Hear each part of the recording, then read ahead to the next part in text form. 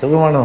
മനുഷ്യനായിട്ടാണ് ജനിച്ചതെങ്കിലും രമേശ് ചെന്നിത്തല വളർന്നത് ഗാന്ധിയനായിട്ടായിരുന്നു. സ്കൂളിൽ ചേർന്ന് KSUക്കാരനായി, വയസ്സ് 14 വിദ്യാർത്ഥികളുടെ നേതാവായി, KSUവിന്റെ സംസ്ഥാന ജനറൽ സെക്രട്ടറി, NSUവിന്റെ ദേശീയ പ്രസിഡന്റ് എന്നീ പദവികളും അദ്ദേഹം വഹിച്ചു. ഒരു കാര്യം എനിക്ക് പറയാനുണ്ട്. മോദി और अमित शाह मिलकर के इस देश के नौजवानों को निपटाने का काम कर रहे हैं. മലയാളത്തിനൊപ്പം വായ നിറയെ ഹിന്ദിയും ഇംഗ്ലീഷും ഒക്കെ ഉണ്ടായിരുന്നതിനാൽ ദേശീയ തലത്തിലും ചെന്നിത്തലയ്ക്ക് കണ്ടമാനം പിടിപാട് പിടിക്കാൻ പറ്റി. 1982 സഖാവ് PG തമ്പിയെ സമൂലം തോൽപ്പിച്ചിട്ട് ഹരിപ്പാട് നിയോജക മണ്ഡലത്തിലെ ജനങ്ങളെ പ്രതിനിധീകരിച്ചുകൊണ്ട് കേരള നിയമസഭയിൽ എത്തുമ്പോൾ ചെന്നിത്തലയുടെ ഒപ്പമുണ്ടായിരുന്നത് കേവലം 26 വയസ്സു മാത്രമാണ്. ഞാൻ പറയുന്നു, ചിരിക്കുന്നവരെല്ലാം നമ്മുടെ സ്നേഹിതന്മാരാണ് എന്ന് കാണാൻ പാടില്ല. ലീഡർ കരുണാകരന് ഗുരുവായൂരപ്പൻ എങ്ങനെയായിരുന്നു, അങ്ങനെയായിരുന്നു ചെന്നിത്തലയ്ക്ക് ലീഡർ കരുണാകരൻ. ലീഡറോടുള്ള അദ്ദേഹത്തിന്റെ ആ ഭക്തി ഒട്ടും തന്നെ പാഴായുമില്ല. ദൈവത്തിന്റെ പേരിൽ പ്രതിജ്ഞ ചെയ്തുകൊള്ളുന്നു. കാരണം കരുണാകരൻ കരുണാമയനായപ്പോൾ ചെന്നിത്തല സൂക്ഷ്മ 30ാമത്തെ വയസ്സിൽ ക്യാബിനറ്റ് മന്ത്രിയായി. ചെറിയ കാര്യമല്ലല്ലോ അത്, അല്ലേ? 30ാമത്തെ വയസ്സിൽ, വെറും 30 വയസ്സിൽ ക്യാബിനറ്റ് മന്ത്രി. എന്നാൽ ലീഡറിന്റെ മകൻ മുരളീധരന് മൂപ്പെത്തിയപ്പോൾ ചെന്നിത്തലയ്ക്ക് കരുണാകര ഭക്തി സ്വല്പം കുറഞ്ഞു എന്ന് പലരും പറഞ്ഞു കേട്ടിട്ടുണ്ട്. പോങ്ങൻ അത് അന്നും വിശ്വസിച്ചിരുന്നില്ല, ഇന്നും വിശ്വസിക്കുന്നില്ല. അക്കാലത്ത് ഈ ആന്റണി, സുധീരൻ ഇങ്ങനെയുള്ള ചില കോൺഗ്രസ് നേതാക്കൾക്ക് ആദർശം എന്ന് പറയുന്ന ഒരുതരം മനോരോഗം പിടിപെട്ടിരുന്നു എന്നാണ് മനസ്സിലാക്കാൻ സാധിച്ചിട്ടുള്ളത്. അവരെ ബാധിച്ച ആദർശാണുവിന് ജനിതകമാറ്റം സംഭവിക്കുകയും കോൺഗ്രസിലെ ചില യുവ നേതാക്കളിൽ ആ ആദർശാണു തിരുത്തൽവാദ ദീനം പകരുകയും ചെയ്തു എന്നാണ് ഞാൻ വിശ്വസിക്കുന്നതും മനസ്സിലാക്കിയിരിക്കുന്നത്.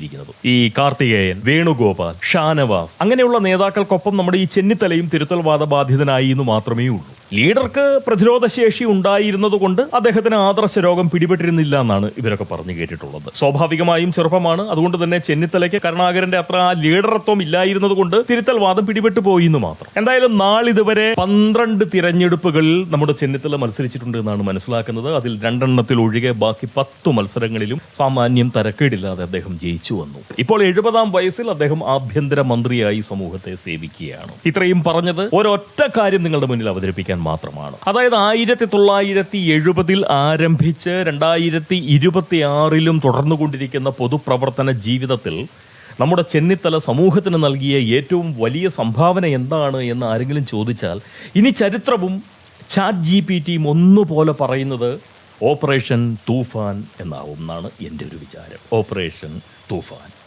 തൂഫാൻ മെഡിക്കൽ ഷോപ്പുകളിലേക്ക് നീട്ടുമെന്ന് ആഭ്യന്തരമന്ത്രി രമേശ് ചെന്നിത്തല. പെരുമ്പാവൂരിൽ കോടികളുടെ ഹൈബ്രിഡ് കഞ്ചാവ് പിടിച്ച കേസിൽ വൈപ്പിൻ സ്വദേശിയായ ആയുഷിനൊപ്പം ഭാര്യ അനികയെയും അറസ്റ്റ് ചെയ്ത പോലീസ്. 1 കോടിയോളം വില വരുന്ന MDMA ആണ് കാലിക്കറ്റ് യൂണിവേഴ്സിറ്റിക്ക് സമീപത്തുള്ള വീട്ടിൽ സൂക്ഷിച്ചിരുന്നത്. യാതൊരു സ്വാധീനത്തിനും ഇരപ്പെടാതെ, ആവേശം തീരെ ചോരാതെ, അങ്ങനെ പ്രത്യേകം പറയണം, യാതൊരു സ്വാധീനത്തിനും ഇരപ്പെടാതെ, ആവേശം തീരെ ചോരാതെ കേരളമാകെ ഈ തൂഫാൻ അങ്ങനെ അങ്ങോട്ടേക്ക് ആഞ്ഞടിച്ചാൽ തീർച്ചയായും VD സതീശൻ സർക്കാർ പോലും ഓർമ്മിക്കപ്പെടാൻ പോകുന്നത് ഒരുപക്ഷെ ഓപ്പറേഷൻ തൂഫാനിലൂടെ ആവും എന്ന് പറയുന്ന വിചാരം ഈ പോങ്ങൻ വെച്ച് പുലർത്തുന്നുണ്ട്.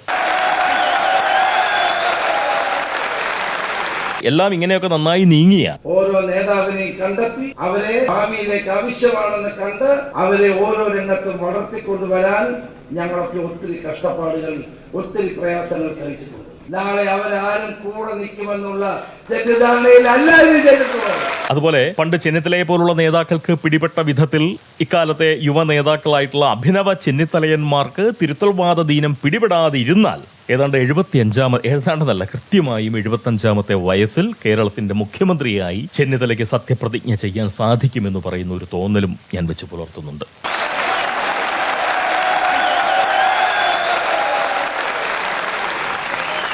പക്ഷേ അതിൽ ഒരു അപകടം കൂടിയുണ്ട്. അതായത് 80ാമത്തെ വയസ്സിൽ മുഖ്യമന്ത്രി പദമൊഴിഞ്ഞ്, അങ്ങനെയാണല്ലോ സംഭവിക്കുക, 75ാമത്തെ വയസ്സിൽ മുഖ്യമന്ത്രിയായി അദ്ദേഹം അധികാരത്തിലെത്തപ്പെട്ടാൽ തീർച്ചയായിട്ടും 80ാമത്തെ വയസ്സിൽ അദ്ദേഹത്തിന് ആ പദവിയിൽ നിന്ന് മാറേണ്ടതായിട്ട് വരും. അപ്പോൾ ആ 80ാമത്തെ വയസ്സിൽ മുഖ്യമന്ത്രി പദമൊഴിഞ്ഞ് ഒരു പക്ഷേ രാഷ്ട്രീയ പ്രവർത്തനത്തിൽ നിന്നും അദ്ദേഹം വിരമിക്കുകയാണെങ്കിൽ മിക്കവാറും ചരിത്രം ചെന്നിത്തലയെ മറ്റൊരു നിലയിൽ കൂടി വർണ്ണിച്ചേക്കാം. അതായത് കേരളത്തെ BJP സർക്കാരിന് കൈമാറിയിട്ട് പടിയിറങ്ങിയ കോൺഗ്രസ് മുഖ്യമന്ത്രി എന്ന നിലയിൽ കൂടി ചെന്നിത്തല രാഷ്ട്രീയ ചരിത്രത്തിൻ്റെ ഭാഗമാകാൻ 2036 സാധ്യതയുണ്ട്. ഒരു കാര്യം എനിക്ക് പറയാനുണ്ട്. അത് ചെന്നിത്തലയുടെ ലീഡർത്വത്തിന്റെ കുറവ് കൊണ്ടാവില്ല. പകരം BJP RSS നേതാക്കൾ വളരെ സഹകരണ ബുദ്ധിയോടുകൂടി നടത്തുന്ന സംയുക്ത പ്രകടനങ്ങളുടെയും അതുപോലെ തന്നെ തീവ്ര മത മൗലികവാദികളായിട്ടുള്ള മുസ്ലിം സംഘടനകളുടെ തലപ്പത്തിരിക്കുന്ന മതവ്യാപാരികൾ നടത്തുന്ന രാഷ്ട്രീയ ഇടപെടലുകളുടെയും തീവ്രത കൊണ്ട് മാത്രമാവും അങ്ങനെ സംഭവിക്കുക. ഭാവിയെപ്പറ്റി നമ്മൾ പറയുന്നതും ചിന്തിക്കുന്നതും ഊഹിക്കുന്നതും ആഗ്രഹിക്കുന്നതും ഒന്നും ശരിയാവണമെന്നില്ല, അല്ലേ? സ്വാഭാവികം. അതുകൊണ്ട് അത് നമുക്ക് വിട്ടേക്കാം. എന്നാൽ ഈ വർത്തമാനകാലത്ത് നമ്മുടെ രമേശ് ചെന്നിത്തല നേതൃത്വം നൽകുന്ന ഓപ്പറേഷൻ തൂഫാൻ തീർത്തും ശരിയാണ്, വലിയൊരു നന്മയാണ്, കൂറ്റനൊരു സാമൂഹ്യ സേവനമാണ്. അത് പറയാൻ മടിക്കേണ്ട കാര്യമില്ല. ആരുടെ മനസ്സിൽ തോന്നിയ ആശയമാണിതെങ്കിലും ആ ആശയത്തിൻ്റെ പ്രാധാന്യവും പ്രസക്തിയും തിരിച്ചറിഞ്ഞ് അത് നടപ്പിലാക്കാൻ ഇറങ്ങിയ ചെന്നിത്തല ഏത് നിലയിലും അഭിനന്ദനം അർഹിക്കുന്നുണ്ട് എന്ന് വളരെ ആത്മാർത്ഥമായി പോങ്ങനെ പറയാൻ പറ്റും. ഞാൻ അങ്ങനെയാണ് വിചാരിക്കുന്നത്, വിശ്വസിക്കുന്നത്. അതുകൊണ്ടാണ് ഞാനിതിങ്ങനെ പറയുന്നത്. ശരിക്കും പറഞ്ഞാൽ നല്ലൊരു നേതാവിൻ്റെ ലക്ഷണമല്ലേ അത്, അല്ലേ? ചെന്നിത്തലയുടെ ലീഡറിനോടുണ്ടായിരുന്ന ഭക്തി പൊതുസമൂഹത്തിന് ഗുണമാകുന്നത് ഒരു പക്ഷേ ഇങ്ങനെയൊക്കെ ആയിരിക്കുമെന്ന് പറയുന്ന വിചാരവും ഞാൻ വെച്ച് പുലർത്തുന്നുണ്ട്.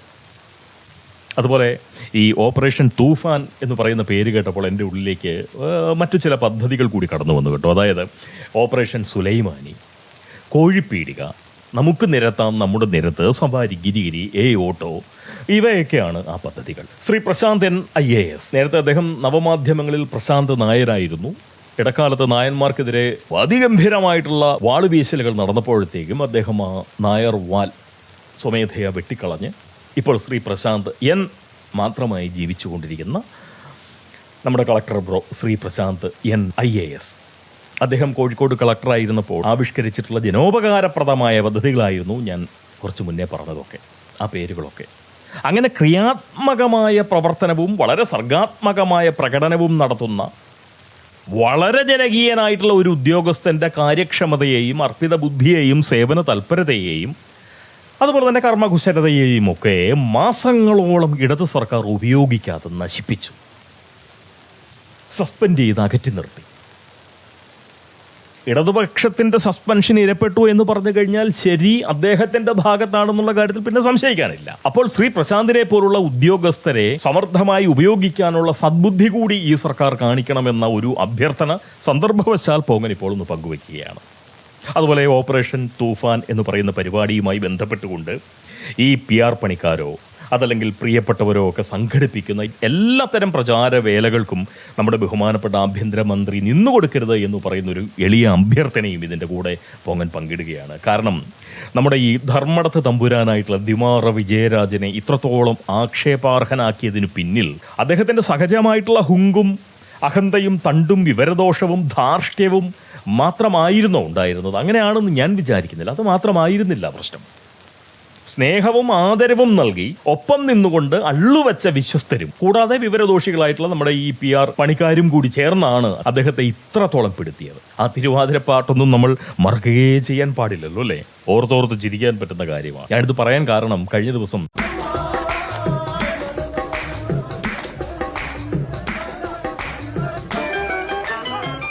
എന്തോ ഒരു കളി കളിച്ചുകൊണ്ട് ഒരു പാട്ടൊക്കെ പാടിക്കൊണ്ട് ബഹുമാനപ്പെട്ട ആഭ്യന്തരമന്ത്രിയെ ആൾക്കൂട്ടം എതിരേൽക്കുന്നത് കണ്ടതിനാലാണ് പോങ്ങൻ ഇത് പറഞ്ഞത്. എന്തായാലും മനസ്സുകൊണ്ട് ഈ പോങ്ങനും ഒരു തൂഫാൻ വാരിയർ തന്നെയാണ് കേട്ടോ, ഉറപ്പായിട്ടും. നിലവിൽ രാസലഹരികൾക്ക് എതിരായിട്ടാണ് വളരെ പ്രധാനമായും ഓപ്പറേഷൻ തൂഫാൻ നീങ്ങുന്നതെങ്കിൽ പോലും വിദേശമദ്യം ഉൾപ്പെടെയുള്ള ലഹരി പദാർത്ഥങ്ങളുടെ കാര്യത്തിലും വരും നാളുകളിൽ സർക്കാർ കൂടുതലായിട്ടൊരു ശ്രദ്ധ അർപ്പിക്കുന്നത് നല്ലതായിരിക്കുമെന്ന് പറയുന്ന ഒരു പക്ഷവും എൻ്റെ ഉള്ളിലുണ്ട്. 6 വർഷം മുന്നേ വരെ മദ്യപനും പുകവലിയനുമായിരുന്ന ഒരു വ്യക്തി എന്ന നിലയിൽ ചില കാര്യങ്ങൾ കൂടി എനിക്ക് പറയാനും പങ്കിടാനും ഒക്കെ ഉണ്ട്. പക്ഷെ ഒരു മൂഡില്ല. അതുകൊണ്ട് തന്നെ അത് അടുത്ത ദിവസത്തേക്ക് മാറ്റിവെച്ചോളാം. ഓപ്പറേഷൻ തൂഫാനും അതുപോലെ തന്നെ അതിന് നേതൃത്വം നൽകുന്ന ബഹുമാനപ്പെട്ട ആഭ്യന്തരമന്ത്രിയായിട്ടുള്ള ശ്രീ രമേശ് ചെന്നിത്തലയ്ക്കും ആദരാശംസകൾ അർപ്പിച്ചുകൊള്ളുന്നു. വിമർശകൻ മാത്രമായിരുന്ന ഈ പോങ്ങനെ ഒരു പ്രശംസകൻ കൂടിയാക്കിയ ബഹുമാനപ്പെട്ട മന്ത്രിയോട് കൃതജ്ഞത രേഖപ്പെടുത്തിക്കൊണ്ട് മാത്രമേ എനിക്ക് ഇവിടുന്ന് പോകാൻ കഴിയുള്ളൂ. തീർച്ചയായിട്ടും എൻ്റെ കൃതജ്ഞത ഞാൻ അറിയിക്കുന്നു. അടുത്ത സംസാരത്തിലൂടെ നമുക്ക് വീണ്ടും കേൾക്കാം. അടുത്ത വീഡിയോയിലൂടെ നമുക്ക് വീണ്ടും കാണാം. സ്നേഹം എല്ലാവരോടും. നമുക്കെല്ലാം നല്ലത് വരട്ടെ, നമുക്കെല്ലാം നല്ലത് മാത്രം വരട്ടെ. ഓപ്പറേഷൻ തൂഫാൻ എത്രമാത്രം അനിവാര്യമാണ് എന്നുള്ള ബോധ്യം ജനങ്ങൾക്കുണ്ടായി എന്നുള്ളതാണ്.